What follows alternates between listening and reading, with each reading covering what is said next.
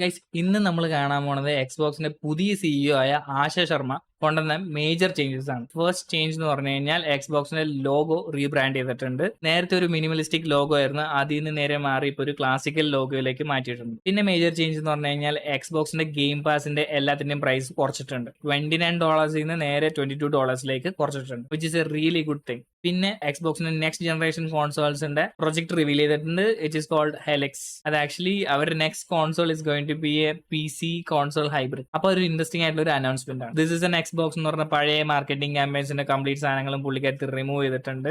Clutter ഒന്ന് മാറ്റിയിട്ടുണ്ട്. അപ്പൊ കുറച്ചും കൂടി ക്ലിയർ ആണ് ഇപ്പൊ അവരുടെ ഒരു ഒബ്ജക്റ്റീവ്. പിന്നെ പുള്ളിക്കാരത്തി പ്രോമിസ് ചെയ്ത കാര്യം എന്ന് വെച്ച് കഴിഞ്ഞാൽ ആവശ്യമില്ലാത്ത AI ഒന്നും നമ്മുടെ എക്സ്ബോക്സിന്റെ ആ ഒരു എക്കോസിസ്റ്റത്തിൽ യൂസ് ചെയ്യില്ല എന്നാണ് പുള്ളിക്കാരത്തി പറഞ്ഞേക്കുന്നത്. അതും ഒരു ഇമ്പോർട്ടന്റ് ആയിട്ടുള്ള ഒരു കാര്യമാണ്. കാരണം ഇപ്പൊ ഗെയിമിംഗിലും കുറച്ച് AI സാധനങ്ങളൊക്കെ കൊണ്ടുവന്നിട്ട് ആ ഒരു ഗെയിമിംഗ് ഫീൽ തന്നെ, ആ ഗെയിമിംഗ് എക്സ്പീരിയൻസ് തന്നെ ഡിസ്ട്രോയ് ചെയ്യാൻ ശ്രമിക്കുന്നുണ്ട്. പിന്നെ എക്സ്ബോക്സിൽ നിന്ന് കോപ്പൈലൈറ്റ് അവർ റിമൂവ് ചെയ്യാണ് guys, which is a really nice thing. എക്സ്ബോക്സിൽ ശരിക്കും പറഞ്ഞാൽ കോപ്പൈലൈറ്റിന്റെ ഒരു ആവശ്യമില്ല. പിന്നെ നേരത്തെ ഉണ്ടായിരുന്ന ഒരു കൺഫ്യൂഷൻ ആയിട്ടുള്ള ഒരു മൈക്രോസോഫ്റ്റ് ഗെയിമിംഗ് എക്സ്ബോക്സ്. അപ്പൊ ഇതിൽ ഏതാണ് മൈക്രോസോഫ്റ്റിന്റെ ഗെയിമിംഗ്? മൈക്രോസോഫ്റ്റ് ഗെയിമിംഗ് ആണോ അതോ എക്സ്ബോക്സ് ആണോ ഏതാണെന്നുള്ള ഒരു കൺഫ്യൂഷൻ ഉണ്ടായിരുന്നു. അത് പുള്ളിക്കാരത്തി ക്ലിയർ ചെയ്തിട്ടുണ്ട്. മൈക്രോസോഫ്റ്റ് ഗെയിമിംഗ് മാറ്റിയിട്ട് ഇപ്പൊ എക്സ്ബോക്സ് എന്ന് ആക്കിയിട്ടുണ്ട്. നമ്മൾ നേരത്തെ എക്സ്ബോക്സിന്റെ സപ്പോർട്ടിലേക്ക് എന്തെങ്കിലും കംപ്ലൈന്റ്സ് റേസ് ചെയ്തിട്ടുണ്ടെങ്കിൽ നമുക്ക് ഒന്നും ഒരു സൊല്യൂഷനോ അതോ അത് സോൾവ് ചെയ്ത് തരാറൊന്നും ഇല്ല. ഇപ്പൊ അവരുടെ സപ്പോർട്ട് ആക്ച്വലി ബെറ്റർ ആണ്. പിന്നെ അവർ ഓൾസോ നേരത്തെ പോലെ സോഷ്യൽ മീഡിയ ലൈക്ക് എക്സിലൊക്കെ ഇപ്പൊ ഭയങ്കര ഇൻസ്റ്റന്റ് ആയിട്ട് റിപ്ലൈ തരുന്നുണ്ട്, ഭയങ്കര ആക്റ്റീവ് ആണ്, which is a really good. ഒരു നല്ലൊരു എക്കോസിസ്റ്റം ആണ് ഗെയിമേഴ്സിനെ ഇപ്പൊ കൊണ്ടുവരുന്നത്. അല്ലെങ്കിൽ